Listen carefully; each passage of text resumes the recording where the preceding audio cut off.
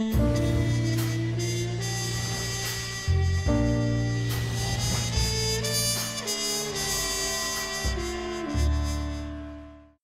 Eddie Muller, welcoming you to an international installment of Noir Alley.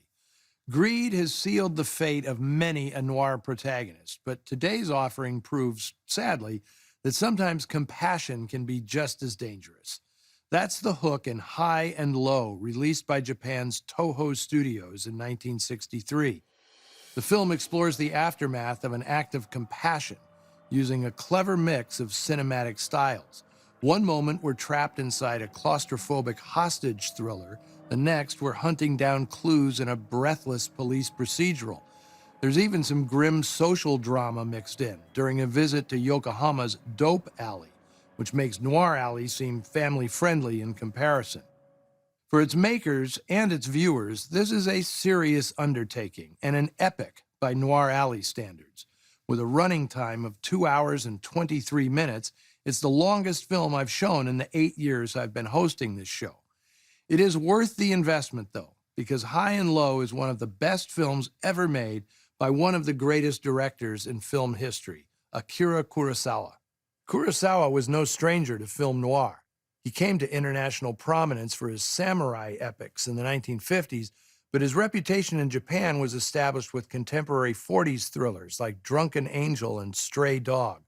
Both of those have earned my seal of approval during Noir or Not segments, and they also showcase Kurosawa's talent for nimble, morally complex storytelling. High and Low was a case of the director returning to the scene of the crime, so to speak, using the 1959 Ed McBain novel King's Ransom as a roadmap, or at least as a starting point. Kurosawa liked the premise of the story, in which a wealthy shoe manufacturer gets pulled into a ransom plot. It had already been made in this country as an episode of the NBC drama 87th Precinct, with McBain himself doing the teleplay. FYI, there was no Ed McBain. It was the pseudonym of novelist Evan Hunter, which was already an alias. His real name was Salvatore Albert Lombino.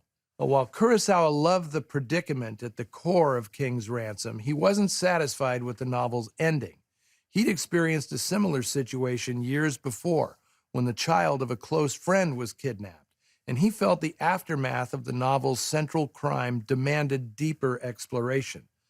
So he worked with a team of writers to retool the script, using a process known as straight-to-final draft.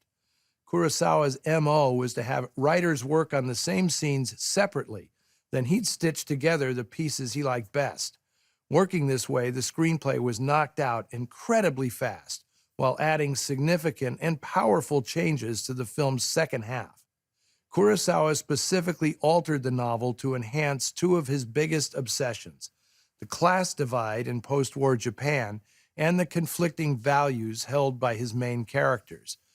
The director's ambition was to make something profound from what was a slender police procedural, as indicated by the film's actual Japanese title, Heaven and Hell. Of course, any discussion of High and Low would be incomplete without mentioning its leading man, Toshiro Mifune. He'd been one of Kurosawa's most reliable allies over the years, portraying everything from samurais and painters to elderly factory owners. High and Low marked their 15th and penultimate collaboration, a truly astonishing body of work. And Mifune's performance as Gondo, the unraveling shoe king, is as good as any of them. He's a self-made man desperately having to rely on others and hating every second of it, displayed by his constant sweating, manic pacing, and panic outbursts as he's forced to weigh the value of a single human life. As a theme, this is about as noir as it gets.